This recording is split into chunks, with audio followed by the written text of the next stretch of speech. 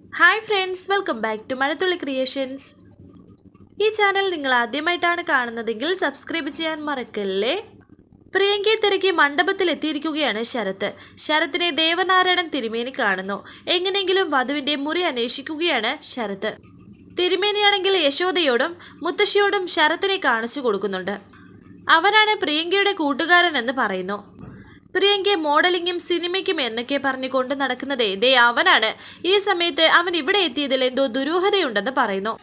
എന്ത് ദുരുദ്ദേശം, അവൻ കല്യാണം കൂടാൻ എത്തിയതായിരിക്കും, കണ്ടിട്ട് പൊയ്ക്കോട്ടെ എന്ന് മുത്തശ്ശി പറയുന്നു. ഇവർ ശരത്തിനെ കാണുന്നത് ശരത്ത് കാണുന്നുണ്ട്. അമ്മ ഇത്ര നിസ്സാരമായി കാണരുത്. ഇന്നലെ രാത്രി വരുണിന്റെ വീട്ടിൽ വിളിച്ച് കല്യാണത്തിന് വരില്ല എന്ന് പറഞ്ഞ പെൺകുട്ടിയാണ് ഇപ്പോൾ ഒരുങ്ങിയിരിക്കുന്നത്. ഒരബദ്ധവും സംഭവിക്കാൻ പാടില്ല. അവൻ പ്രിയങ്ക മോളെ കാണരുതെന്നും തിരുമേനി പറയുന്നു. വാ, നമുക്ക് നോക്കാം അവൻ എങ്ങോട്ടാണ് പോകുന്നതെന്ന്. അങ്ങനെ 3 പേരും ശരത്തിനെ അന്വേഷിച്ചു പോകുമ്പോൾ അവരുടെ കണ്ണിൽപ്പെടാതെ മറഞ്ഞു നിൽക്കുകയാണ് ശരത്ത്. അവരെ നോക്കിയിട്ടാണെങ്കിൽ കാണുന്നതുമില്ല. ഇത്രയും നേരം മനസ്സമാധാനത്തോടെ നിന്നതായിരുന്നു, ഇപ്പോൾ അതും പോയെന്നും തിരുമേനി പറയുന്നു. എന്നിട്ട് അവരെ 3 പേരെയും വിളിച്ചുകൊണ്ട് പോവുകയാണ് തിരുമേനി. അമ്മ, അവന് വ്യക്തമായി കണ്ടതല്ലേ? അവൻ ഇങ്ങോട്ട് വന്നത് പ്രിയങ്കയെ കാണാനാണ്. പ്രിയങ്കയെ കാണണമെന്ന് പറഞ്ഞാൽ കാണാൻ പറ്റില്ല എന്ന് വ്യക്തമായിട്ട് പറഞ്ഞേക്കണമെന്ന് മുത്തശ്ശി പറയുന്നു. ഇവിടുന്ന് അമ്മ മാറാനും പാടില്ലെന്ന് പറയുമ്പോൾ മുത്തശ്ശി പറയുന്നുണ്ട്, അത് ഞാൻ ഏറ്റു. എൻ്റെ കണ്ണ് വെട്ടിച്ച് ഒരാളും അതിനകത്തേക്ക് പോകില്ല. അവൻ എവിടെയാണ് നിൽക്കുന്നതെന്നും എന്താണ് ചെയ്യുന്നതെന്നും കണ്ടുപിടിച്ചേ പറ്റൂ. താൻ വന്നേ എന്ന് പറഞ്ഞ് യശോദയും കൂട്ടി പോവുകയാണ് തിരുമേനി. ഇതേസമയം ശരത്ത് എങ്ങനെയെങ്കിലും പ്രിയങ്കയെ കാണാൻ വേണ്ടി നടക്കുകയാണ്. ഇതിനകത്ത് വന്നിട്ട് അവൻ അക്രമം കാണിക്കാൻ സാധ്യതയില്ലല്ലോ എന്ന് യശോദ പറയുമ്പോൾ തിരുമേനി പറയുന്നു, ആർക്കറിയാം, അച്ഛനമ്മമാരുടെ മനസ്സ് വേദനിപ്പിച്ചുകൂടാ, അതിനുവേണ്ടി എന്തും ചെയ്യണമെന്നൊക്കെ പറഞ്ഞ് പിള്ളേരെ കളിയാക്കി സംസാരിക്കുന്നതാ അവർക്ക് തോന്നുന്നത് ചെയ്യും, ആര് സന്തോഷിച്ചാലും സങ്കടപ്പെട്ടാലും. എന്നാൽ ശരത്ത് ഒരു സ്ത്രീവേഷം കെട്ടി വന്നിരിക്കുകയാണ്. ഒരു സാരിയൊക്കെ എടുത്തോ. എന്നിട്ട് സാരിയുടെ തുമ്പ് തൻ്റെ മുഖം കൊണ്ട് മറച്ചു പിടിച്ചിരിക്കുന്നു. ചേച്ചി സുഖമാണോ എന്നൊക്കെ പറഞ്ഞ് മുത്തശ്ശിയോട് ഒരു സ്ത്രീ വന്ന് സംസാരിച്ചിരിക്കുകയാണ്. അതിനിടയിൽ ഒരു ചേച്ചി ശരത്തിൻ്റെ അടുക്കലേക്ക് വന്നിട്ട് ചോദിക്കുന്നു, വാഷ്റൂം എവിടെയാണെന്ന്. ദേ ആ ഭാഗത്താണെന്ന് പറയുന്നു. പിന്നെ ആ ചേച്ചിയുടെ കയ്യിൽ ഒരു ഗിഫ്റ്റ് ഉണ്ടായിരുന്നു. ശരത്ത് ആ ചേച്ചിയോട് പറയുന്നു, അയ്യോ ഗിഫ്റ്റ് കൊണ്ടാണോ വാഷ്റൂമിൽ പോകുന്നത്, അത് മോശമല്ലേ, അതിങ്ങ് തന്നെ ഞാൻ പിടിക്കാം എന്ന് പറഞ്ഞ് ആ ഗിഫ്റ്റ് ശരത്ത് വാങ്ങിച്ച് പിടിക്കുന്നു. ചേച്ചി പോയിട്ട് വരാം എന്ന് പറയുന്നു. അങ്ങനെ ആ ചേച്ചി പോകുന്നു. ഒരു തരത്തിൽ മുറിയിൽ കയറി പറ്റിയിരിക്കുകയാണ് ശരത്ത്. ആ സ്ത്രീ വേഷം കണ്ടിട്ട് എല്ലാവരും ഒന്ന് നോക്കുന്നു. കയറിയ ഉടൻ തന്നെ വാതിൽ അടച്ച് കുറ്റിയിട്ടിരിക്കുകയാണ് ശരത്ത്. എന്തിനാ കഥ കടച്ചതെന്ന് രാധിക ചോദിക്കുമ്പോൾ ആ സാരഥിമ്പ് മാറ്റുകയാണ് ശരത്ത്. ശരത്തിനെ കണ്ടപ്പോഴാണ് പ്രിയങ്കയ്ക്ക് സമാധാനമാകുന്നത്. താൻ എന്തിനാ ഇങ്ങോട്ട് വന്നത്, അതും ഈ പെൺവേഷത്തിൽ എന്ന് രാധിക പറയുമ്പോൾ പ്രിയങ്കയുടെ ദേഷ്യത്തോടെ പറയുന്നു, എടോ തന്നെ കാണാനാണ് ഞാൻ റിസ്ക് എടുത്ത് ഇങ്ങോട്ട് വന്നത്. അവിടെ എന്താ നടക്കുന്നതെന്ന് അറിയോ? ഞാൻ പറഞ്ഞില്ലേ ശരത്ത് ഈ അവസ്ഥയിൽ എങ്ങനെ പുറത്തിറങ്ങും എന്നെ പ്രിയങ്ക പറയുമ്പോൾ ശരത്ത് പറയുന്നുണ്ട്, സിനിമയുടെ പൂജയ്ക്ക് വേണ്ടി അവിടെ ആൾക്കാർ കാത്തിരിക്കുകയാണ്. ഞാനൊന്ന് വിളിച്ചു പറഞ്ഞാൽ അവരെല്ലാം കൂടി ഇങ്ങോട്ട് വരും, അത് വേണോ? ഇടുക്കിയിട്ട് ദേഷ്യത്തോടെ രാധിക പറയുന്നു, എന്തൊക്കെയാ താൻ ഈ പറയുന്നത്? എന്ത് പൂജ? എങ്ങോട്ട് വരാനാ? ഒച്ച വെക്കല്ലേ, ഒച്ച വെച്ചാൽ ഈ കല്യാണം മുടങ്ങും എന്ന് ശരത്ത് പറയുമ്പോൾ പ്രിയങ്കയുടെ കാര്യം തിരക്കുകയാണ് രാധിക. പ്രിയങ്ക പറയുന്നു, ഒരു സിനിമയിലേക്ക് ഹീറോയിനായിട്ട് എന്നെ സെലക്ട് ചെയ്തു, അതിൻ്റെ പൂജാ ചടങ്ങുകളുടെ കാര്യമാണ് ശരത്ത് പറഞ്ഞത്. ദേ ഇനി സിനിമയെക്കുറിച്ച് ചിന്തിക്കേണ്ട, അതേ കുറച്ച് കഴിഞ്ഞാൽ നിന്റെ കല്യാണമല്ലേ? പ്രിയങ്ക പറയുന്നു, എനിക്ക് താല്പര്യമില്ലാത്ത ഒരു കാര്യം എല്ലാവരും കൂടി നിർബന്ധിച്ച് ചെയ്യിപ്പിച്ചതല്ലേ. എൻ്റെ സ്വപ്നം അവിടെയാണ് നടക്കുന്നത്, അതാരും കാണുകയില്ല, അതാർക്കും മനസ്സിലാവൂല്ല. പ്രിയങ്ക, ഏതെങ്കിലും വിധത്തിൽ താനിപ്പോൾ എൻ്റെ കൂടെ വന്നേ പറ്റൂ എന്ന് ശരത്ത് പറയുമ്പോൾ പ്രിയങ്കയുടെ കൂട്ടുകാരി പറയുന്നു, പ്രിയങ്ക ഒരു വിവാഹത്തിന് വേണ്ടി താൻ തൻ്റെ സ്വപ്നം കളയുകയൊന്നും വേണ്ട, നീ ശരത്തിനൊപ്പം പോ. എൻ്റെ ഫ്രണ്ട്സാ നിങ്ങൾ, എന്താ നിങ്ങൾ ഇവളോട് പറഞ്ഞു കൊടുക്കുന്നത് എന്ന് രാധിക പറഞ്ഞു കൊടുക്കുമ്പോൾ മറ്റൊരു ഫ്രണ്ട് പറയുന്നു, തനിക്കിതൊന്നും പറഞ്ഞാൽ മനസ്സിലാകില്ല, തനിക്ക് ഏതെങ്കിലും അടുക്കളയിൽ കിടന്നാലും മതി. അങ്ങനെയല്ല പ്രിയങ്കയുടെ കാര്യം. രാധിക പ്രിയങ്കയോട് പറയുന്നു, മോളെ ഞാൻ മുത്തശ്ശിയെ വിളിക്കും, അച്ഛനെയും അമ്മയും വിളിക്കും, അവരിത് അറിഞ്ഞാലുണ്ടല്ലോ. ഇരിക്കട്ടെ. പ്രിയങ്ക പറയുന്നു, ആരെയും വിളിച്ച് കൂട്ടണ്ട, ഞാൻ മണ്ഡപത്തിലേക്ക് ചെല്ലാം, എല്ലാവരും അറിയട്ടെ. അവിടെ കയറി നിന്ന് എനിക്ക് ഈ കല്യാണത്തിന് താല്പര്യമില്ല എന്ന് വിളിച്ച് പറയാം, ചെല്ലട്ടെ. വേണ്ട മോളെ, അങ്ങനെയൊന്നും ചെയ്യരുത് എന്ന് രാധിക പറയുന്നു. പ്രിയങ്ക, സിനിമയുടെ പൂജയും നടക്കണം, കല്യാണവും നടക്കണം, അതിന് എന്തെങ്കിലും മാർഗമുണ്ടോ എന്നാ ഇപ്പോൾ നമ്മൾ ചിന്തിക്കേണ്ടതെന്ന് ഫ്രണ്ട്സ്. ശരത്തെ, അങ്ങനെയാണെങ്കിൽ സിനിമക്കാരോട് ഇന്ന് വരാൻ പറ്റില്ലെന്ന് പറഞ്ഞാൽ പോരെ? എന്നിട്ട് വരുണിനോട് അനുവാദം ചോദിച്ചിട്ട് പ്രിയങ്കയ്ക്ക് പോകാമല്ലോ എന്ന് രാധിക പറയുമ്പോൾ ശരത്ത് പറയുന്നു, താൻ എന്താ അവരെക്കുറിച്ച് മനസ്സിലാക്കി വെച്ചിരിക്കുന്നത്? അവർക്ക് നഷ്ടം വരുന്നത് ലക്ഷങ്ങളാണ്. നഷ്ടപരിഹാരത്തിന് കേസ് കൊടുത്താൽ സിനിമയുടെ മുഴുവൻ ചിലവും നിങ്ങൾ കൊടുക്കേണ്ടി വരും. അത് കൊടുക്കാനുണ്ടോ നിങ്ങളുടെ അച്ഛൻ്റെ കയ്യിൽ? ഒരു കാര്യം ഞാൻ പറയാം, കാര്യങ്ങൾ കൈവിട്ടു എന്ന് തോന്നിയാൽ ഞാൻ മുങ്ങിക്കളയും. പിന്നെ നിങ്ങളും നിങ്ങളുടെ കുടുംബമായിരിക്കും അനുഭവിക്കുന്നത്. ശരത്ത്, ഈ പൂജ എത്ര സമയം പോകും എന്ന് കൂട്ടുകാർ ചോദിക്കുമ്പോൾ ശരത്ത് പറയുന്നുണ്ട്, പ്രിയങ്ക എൻ്റെ കൂടെ വരികയാണെങ്കിൽ അവിടെ ഒന്ന് തിരികത്തിക്കുന്ന സമയം 15 മിനിറ്റിനകം, ഒരു 15 മിനിറ്റ് അത് മാത്രം മതി. ഇയാൾ അവിടെ ഒന്ന് പ്രസൻറ്റ് ചെയ്താൽ മാത്രം മതി. അതിന് എന്തെങ്കിലും പറഞ്ഞ് നമുക്ക് അവിടുന്ന് പോരാം എന്നൊക്കെ പറയുമ്പോൾ, എൻ്റെ കൃഷ്ണ എന്തൊക്കെയായി കേൾക്കുന്നത്? ഇതിനിടയ്ക്ക് പ്രിയങ്ക പോകാനോ? അത് പറ്റില്ല എന്ന് രാധിക. ചേച്ചിക്ക് ഇപ്പോൾ എന്താ കാണേണ്ടത്? മാനക്കേട് കൊണ്ട് അച്ഛനും അമ്മയും ഹൃദയം പൊട്ടിച്ചാകുന്നതാണോ, അതോ ഞാൻ ഇതിനകത്ത് തൂങ്ങിച്ചാകുന്നതാണോ? എനിക്കിപ്പോൾ ശരത്തിൻ്റെ കൂടെ പോയേ പറ്റൂ. അതിന് ചേച്ചി എന്നെ ഒന്ന് സഹായിക്കണം. ഞാൻ എന്ത് സഹായിക്കാനാണെന്ന് രാധിക. ഒരു മാർഗമുണ്ട്. തൽക്കാലം എൻ്റെ ഈ ആഭരണവും വേഷവും ഒക്കെ അണിഞ്ഞ് ചേച്ചി സ്റ്റേജിലിരിക്കണം. ഞാനോ? അത് പറ്റില്ല എന്ന് രാധിക. പറ്റില്ലെങ്കിൽ വിവാഹം മുടക്കുക എന്ന മാർഗം മാത്രമേ എൻ്റെ മുന്നിലുള്ളൂ. ഞാനത് ചെയ്യും. ചേച്ചി ഇവിടുന്ന് മാത്രം മതി. ഇങ്ങോട്ട് ആരും കയറാതെ സോനയും ജാനിയും നോക്കിയോളും. സോന, ഒരു കാരണവശാലും ഇവിടെ പിടിക്കപ്പെടരുത്. അത് ഞങ്ങൾ ഏറ്റു. നീ പോയി തിരിച്ചു വരുന്നത് വരെ ഒരാൾ പോലും ഇങ്ങോട്ട് വരില്ല എന്ന് സോന പറയുന്നു.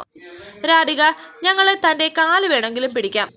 തനിക്കല്ലാതെ മറ്റാർക്കും തൻ്റെ അനീതിയെ സഹായിക്കാൻ പറ്റില്ല. എടോ, കുറച്ചു നേരത്തേക്ക് ഒന്ന് അഡ്ജസ്റ്റ് ചെയ്താൽ എല്ലാം ഭംഗിയായിട്ട് നടക്കുമെന്ന് ശരത്ത് പറയുന്നു. പ്രിയങ്ക ഇപ്പോൾ രാധികയുടെ കാല് പിടിച്ച് കരയുന്നു. പ്ലീസ് ചേച്ചി, ഇപ്പോൾ ഞാൻ പോയില്ലെങ്കിൽ എന്നേക്കുമായി നമ്മുടെ കുടുംബം ഇല്ലാണ്ടാകും. പ്ലീസ് ചേച്ചി, എനിക്കിപ്പോൾ ഒരു മാർഗം ഇല്ലാത്തതുകൊണ്ടാണ്. എന്നെ ഒന്ന് സഹായിക്കേ പ്ലീസ് എന്നൊക്കെ പറയുന്നു. നിനക്കൊന്നും സംഭവിക്കരുത്, നമ്മുടെ കുടുംബത്തിന് ഒന്നും സംഭവിക്കരുത്. ഞാൻ നിന്റെ വേഷം വിട്ട് ഇവിടെ ഇരിക്കാമെന്ന് രാധിക സമ്മതിച്ചു. ഇരിക്കട്ടെ, പ്രിയങ്കയ്ക്ക് ഒരുപാട് സന്തോഷമാകുന്നു. പക്ഷേ എന്നെ ആരും കാണരുതെന്നും പറയുന്നു. അത് ഞങ്ങൾ ഏറ്റു എന്ന് ഫ്രണ്ട്സ്. ഇനി കൂടുതലൊന്നും ആലോചിക്കാനല്ല, എത്രയും പെട്ടെന്ന് ചേച്ചി ഒരുങ്ങാൻ നോക്ക്. ഞാൻ ഇതൊക്കെ അഴിച്ചു തരാമെന്നും പ്രിയങ്ക പറയുന്നു. ഒന്ന് വരില്ല ചേച്ചി, ഭഗവാൻ കൃഷ്ണൻ ചേച്ചിയുടെ കൂടെയില്ലേ? നമ്മുടെ കുടുംബത്തെ ഭഗവാൻ കൃഷ്ണൻ കരയിക്കില്ല എന്ന് പറഞ്ഞിട്ട് വേഷം മാറുകയാണ് പ്രിയങ്ക. ടെൻഷനോടെ നിൽക്കുകയാണ് രാധികയും. വരുണാണെങ്കിൽ ആകാംക്ഷയോടെ നിൽക്കുന്നു. രാധികയെ കാണാനുള്ള ആകാംക്ഷയിൽ. വരുണിന്റെ വിവാഹത്തിന് വരുൺ തന്നെ ഫോട്ടോ എടുക്കുകയാണ്. ഇത് കണ്ട് മറ്റൊരാൾ പരമശിവനോട് ചോദിക്കുന്നുണ്ട്, എന്താ വരുൺ തന്നെയാണോ ഫോട്ടോഗ്രാഫറും? ഫോട്ടോഗ്രാഫി എന്ന് പറഞ്ഞാൽ അവൻ്റെ ക്രേസാണ്. മാത്രമല്ല നമ്മൾ ആരും സ്വന്തം കല്യാണത്തിൻ്റെ ഫോട്ടോസ് എടുത്തിട്ടില്ലല്ലോ. ഇപ്പോൾ എല്ലാവർക്കും സ്വന്തം ചേഞ്ച് അല്ലേ വേണ്ടത് എന്ന് പറഞ്ഞ് വരുണിനെ വിളിച്ചു. എന്നിട്ട് വരുണിനോട് സംസാരിക്കുന്നുണ്ട്. ബിജുവിനോട് വന്ന് വരുൺ ചോദിക്കുന്നു, എടാ പെൺകുട്ടി ഒരുങ്ങിക്കഴിഞ്ഞോ? ഇത് കേട്ട് ബിജു പറയുന്നു, ഞാൻ അങ്ങോട്ട് പോയില്ല. ഇതെന്തിനാ ഇപ്പോഴും എന്നോട് വന്നിട്ട് പെൺകുട്ടി ഒരുങ്ങിയോ എന്ന് ചോദിക്കുന്നത്? അല്ല, പെണ്ണ് റെഡി ആയിട്ടുണ്ടെങ്കിൽ എനിക്ക് അവരുടെ ഫോട്ടോസ് ഒന്ന് എടുക്കണമെന്നുണ്ടെന്ന് വരുൺ. നല്ല ചേലായിട്ടുണ്ട്. പെണ്ണ് ഒരുങ്ങുന്നിടത്തേക്ക് വരൻ പോവുക, എന്നിട്ട് അവളുടെ ഫോട്ടോ എടുക്കുക. കുറച്ച് കഴിഞ്ഞാൽ കയ്യിലോട്ട് കിട്ടുകയല്ലേ എന്നൊക്കെ ബിജു പറയുന്നു. പിന്നെ ഫോട്ടോ എടുക്കുകയോ വീഡിയോ എടുക്കുകയോ എന്ത് വേണമെങ്കിലും ചെയ്യാമല്ലോ എന്ന് പറയുന്നു. ഇത് കല്യാണം കഴിഞ്ഞിട്ടല്ലേ? കല്യാണം മുമ്പ് അവൾ ഒരുങ്ങിയിരിക്കുന്ന ഒരു ബ്യൂട്ടി, അതാണ് എനിക്ക് പകർത്തേണ്ടതെന്ന് വരുൺ. നമ്മുടെ നാട്ടിൽ ഇതിനെ നട്ടപ്രാന്ത് എന്നാണ് പറയുന്നതെന്ന് ബിജു. അവിടേക്ക് മുത്തശ്ശി വന്നിട്ട് ചോദിക്കുന്നു, കഴിഞ്ഞില്ലേ നിന്റെ ഫോട്ടോ എടുപ്പ്? കഴിഞ്ഞിട്ടില്ല. ഇപ്പോൾ എന്താ മോഹം എന്നറിയോ? പെൺകുട്ടി അണിഞ്ഞൊരുങ്ങി നിൽക്കുന്നതിൻ്റെ ഫോട്ടോ എടുക്കുന്നത്. മുത്തശ്ശി പറയുന്നു, അത് ഒരു ത്രില്ലല്ലേ എന്ന്. മുത്തശ്ശിക്ക് കുഴപ്പമൊന്നുമില്ലല്ലോ എന്ന് ബിജു ഇങ്ങനെ ചോദിക്കുന്നു.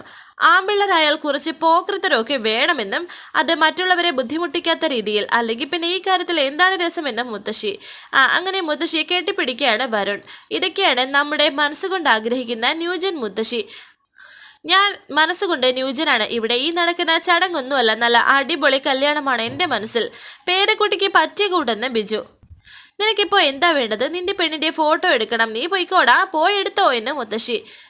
പക്ഷേ കൂടുതൽ ബഹളം ഉണ്ടാക്കാതെ ഒതുങ്ങിപ്പോയി എടുത്തോണമെന്നും മുത്തശ്ശി. താങ്ക് യു മുത്തശ്ശി. ദേ ഈ ചിരിയുണ്ടല്ലോ, കള്ളച്ചിരി, എൻ്റെ ക്യൂട്ടാണെന്നറിയോ? ഒന്ന് അനങ്ങാതെ നിന്നേ, ഒരു ഫോട്ടോ എടുക്കട്ടെ എന്ന് പറഞ്ഞ് മുത്തശ്ശിയുടെ ഫോട്ടോ എടുക്കുകയാണ് വരുൺ. എന്നാലേ ഞാൻ ഇപ്പോൾ വരാം. അച്ഛനും അമ്മയും ചോദിച്ചാലോ ഒന്ന് അഡ്ജസ്റ്റ് ചെയ്യണേ എന്നും വരുൺ പറയുന്നുണ്ട്. അച്ഛനും അമ്മയോ മാത്രമല്ല, ഈ മണ്ഡപത്തിലുള്ള എല്ലാവരും ഒരുമിച്ച് ചോദിച്ചാലും അത് ഞാൻ കൈകാര്യം ചെയ്തോളാമെന്ന് മുത്തശ്ശി. അങ്ങനെ വരുൺ രാധികയുടെ ഫോട്ടോ എടുക്കാനായി പോകുന്നു. ഈ സമയം രാധികയെ ഒരുക്കിയിരിക്കുകയാണവർ. പ്രിയങ്ക വേഷം മാറിയിരിക്കുന്നു. പ്രിയങ്ക, നമുക്ക് പോകാം, പെട്ടെന്ന് തന്നെ പോകാം. ഞാൻ മണ്ഡപത്തിലേക്ക് വന്നപ്പോൾ തൻ്റെ അച്ഛനും അമ്മയും എന്നെ കണ്ടിട്ടുണ്ട്. അവരെന്നെ ഫോളോ ചെയ്യുകയും ചെയ്തു. അവരാരുടെയെങ്കിലും കണ്ണിപ്പെട്ടാൽ ഞാൻ അതോടെ തീർന്നു എന്ന് ശരത്ത് പറയുമ്പോൾ പ്രിയങ്ക പറയുന്നു, നീ മുറിയിലേക്ക് വന്നതുപോലെ മറച്ചു വെച്ചോളൂ ശരീരം. പ്രിയങ്കയോട് ഷാള് തലയിലേക്ക് ഇടാനും പറയുകയാണ് കൂട്ടുകാർ. രാധിക പ്രിയങ്കയോട് പറയുന്നു, പ്രിയങ്ക എൻ്റെ ശരീരം വിറയ്ക്കാണ്, എന്തോ ആപത്തുണ്ടാകാൻ പോകുന്നു എന്ന് എൻ്റെ മനസ്സ് പറയുന്നു. ഇത്രയും നേരം ചേച്ചിയോടല്ലേ പറഞ്ഞുകൊണ്ടിരുന്നത്, എല്ലാം ചെയ്ത് കഴിഞ്ഞിട്ട് ഇപ്പോൾ എന്താ ഒരു മാറ്റം എന്നൊക്കെ ദേഷ്യത്തോട് പറയുകയാണ് പ്രിയങ്ക. തെറ്റാണ്, അച്ഛനോടും അമ്മയോടും മുത്തശ്ശിയോടും പിന്നെ വരുണിൻ്റെ വീട്ടുകാരോടും ചെയ്യുന്ന തെറ്റാണിത്. മോളെ എനിക്ക് വയ്യ, എന്നെ കൊണ്ട് പറ്റില്ലെന്നൊക്കെ രാധിക പറയുന്നു. താൻ എന്താണോ ഈ കാണിക്കുന്നത്? തന്നെ ഈ വീട്ടിലേക്ക് ദത്തെടുത്തതല്ലേ? അങ്ങനെയുള്ള വീട്ടുകാരോട് തനിക്കൊരു കടപ്പാടില്ലേ? ആ കടപ്പാട് പ്രിയങ്കയോടില്ലേ? അതൊക്കെ മനുഷ്യന് ആവശ്യമുള്ളത്ത സമയത്ത് കാണിക്കണം. ഒരു 15 മിനിറ്റോ അരമണിക്കൂറോ അതിനുള്ളിൽ അവൾക്ക് കിട്ടാൻ പോകുന്നത് നല്ലൊരു ഫ്യൂച്ചറാണ്. അതില്ലാതാക്കിയത് കൊണ്ട് തനിക്ക് പ്രത്യേകിച്ച് നേട്ടമൊന്നുമില്ലല്ലോ എന്നൊക്കെ ഫ്രണ്ട്സ് പറയുമ്പോൾ ശരത്ത് പറയുന്നു, ഒരു കാര്യം ചെയ്യ്, ഞാൻ ഫോൺ വിളിച്ച് ആ പ്രൊഡ്യൂസറിനോട് ഇങ്ങോട്ട് വരാൻ പറയാം. അവരിവിടെ വന്ന് എല്ലാം തകർക്കട്ടെ, കൈ കിട്ടുന്നവരെല്ലാം വെട്ടിക്കൊല്ലട്ടെ, അത് കണ്ടാൽ മതിയല്ലോ തനിക്ക്. ചേച്ചി ആരും അറിയണ്ട, ഞാൻ തിരിച്ചെത്തിക്കോളാം. പിന്നെ ഒറ്റ ചോദ്യമുള്ളൂ, ഞാൻ പോണോ അതോ ഇവിടെ നിന്ന് ഞാൻ ഈ കല്യാണം മുടക്കണോ എന്ന് ദേഷ്യത്തോടെ ചോദിക്കുകയാണ് പ്രിയങ്ക. എന്നെ ഇപ്പോൾ പോകാൻ സമ്മതിച്ചാൽ വിവാഹം നടക്കും, അല്ലെങ്കിൽ അമ്മ ആത്മഹത്യ ചെയ്യുമെന്നോ അച്ഛൻ ചങ്കുപൊട്ടി മരിക്കുമെന്നോ ഇതൊന്നും ഞാൻ ചിന്തിക്കില്ല. ഇരിക്കേട്ട് രാധിക പറയുന്നു, വേണ്ട അങ്ങനെ ചെയ്യണ്ട, നീ പോയിട്ട് പെട്ടെന്ന് വാ, എങ്ങനെയെങ്കിലും ഈ വേഷത്തിൽ ഞാൻ ഇവിടെ ഇരുന്നോളാം. പ്രിയങ്ക വാ എന്ന് പറഞ്ഞിട്ട് ശരത്ത് പ്രിയങ്കയും കൂട്ടി പോകുന്നു. പ്രിയങ്ക തലയിൽ തുണി ഇട്ടിരിക്കുകയാണ്. പുറത്തു തന്നെ ഇരിപ്പുണ്ട് മുത്തശ്ശി. വരുൺ അങ്ങോട്ടേക്ക് പോകുമ്പോൾ ദേവനാരായണ തിരുമേനി വരുണിനോട് ചോദിക്കുന്നു, മോൻ എങ്ങോട്ടായതും കൊണ്ടെന്ന്. വരുൺ പറയുന്നു, ഈ അറ്റ്മോസ്ഫിയർ മൊത്തം എനിക്കൊന്ന് പകർത്തണം. മുത്തശ്ശിയുടെ പെർമിഷൻ വാങ്ങിച്ചിട്ടുണ്ട്, എന്നെ നടക്കട്ടെ, കൂട്ടിന് ആരെങ്കിലും വേണോ എന്ന് തിരുമേനി ചോദിക്കുന്നു. വേണ്ടെന്ന് പറഞ്ഞിട്ട് വരുൺ ഫോട്ടോ എടുക്കാൻ തുടങ്ങുകയാണ്. പ്രിയങ്കയുടെ മുത്തശ്ശിയാണെങ്കിൽ ഒരു സ്ത്രീയോട് സംസാരിച്ചിരിക്കുന്ന സമയം ശരത്ത് പ്രിയങ്കയോട് പറയുന്നു, ആ ഭാഗത്ത് ചെറിയൊരു വാതിലുണ്ട്, അതിലേക്ക് കടക്കാം, മുത്തശ്ശി കാണാതെ ഇറങ്ങാമെന്നും പറയുന്നു. അങ്ങനെ പ്രിയങ്കയെ കൊണ്ടുപോവുകയാണ് ശരത്ത്. ആ സമയം പ്രിയങ്ക നേരെ വന്ന് പെട്ടത് വരുണിന്റെ മുന്നിൽ. വരുണും പ്രിയങ്കയും പ്രിയങ്ക വരുണിനെയും കണ്ടു. രണ്ടുപേരും തമ്മിൽ കണ്ട് ഞെട്ടി നിൽക്കുന്നു. വരുൺ ഞെട്ടിയില്ല, പക്ഷേ പ്രിയങ്ക ഞെട്ടി നിൽക്കുന്നു. വരാനിരിക്കുന്ന പുതുപുത്തൻ എപ്പിസോഡുമായി വീണ്ടും കാണാം. Thank you for watching. Please subscribe, like, share my channel.